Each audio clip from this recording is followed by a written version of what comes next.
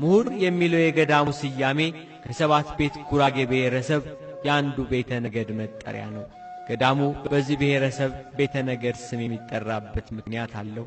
እንደ ታሪክ አዋቂዎች ገዳሙ ረጅም ዕድሜ ያስቆጠረ እንደመሆኑ ብር ቀርጾ ቀለም በጥብጦ ብራና ዳምጦ ጥንታዊውን የቤተ ክርስቲያንን ትምህርት በፊደል ገበታ በማስተማር ለደቡብ ብቸኛ የትምህርት ማዕከል ሆኖ ቆይቶ ነበር።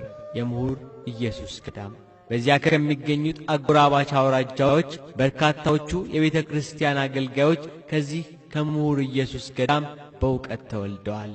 ቀደም ሲል ከሩቅ አካባቢ የደብዳቤ መልእክት ሲደርሳቸው መልእክቱን ለመረዳት ደብዳቤውን በእንጨት ላይ ሰክተው ከእዣ፣ ከቸሃ፣ ከእነሞር፣ ከጉመር ከሌሎችም አካባቢዎች ረጅም ርቀትን ተጉዘው የአብነት ትምህርት ቤቱ ማዕከል የምሁርና የሊቃውንት መሰብሰቢያ ወደ ነበረው ገዳም መጥተው ደብዳቤያቸውን አስነብበው መልእክቱን ተረድተው ይሄዱ ነበር። የተማረ ሰው በማግኘታቸው ሀገሩን ምሁር ብለው ጠሩት። በምሁራኑ ሀገሩ ምሁር ተብሎ ተጠራ። ምሁርና አክሊል የሚባለው አካባቢ እስከ ቅርብ ጊዜ ድረስ በሌላ አጠራር ይጠራ ነበር ይላሉ።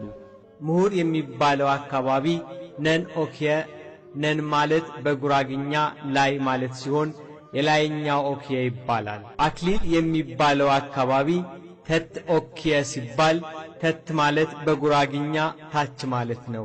የታችኛው ኦኪየ የላይኛው በምሁራኑ ምሁር የሚል ስም ሲኖረው አክሊል የተባለው የታችኛው አካባቢ በአፄ ምኒልክ ዘመነ መንግሥት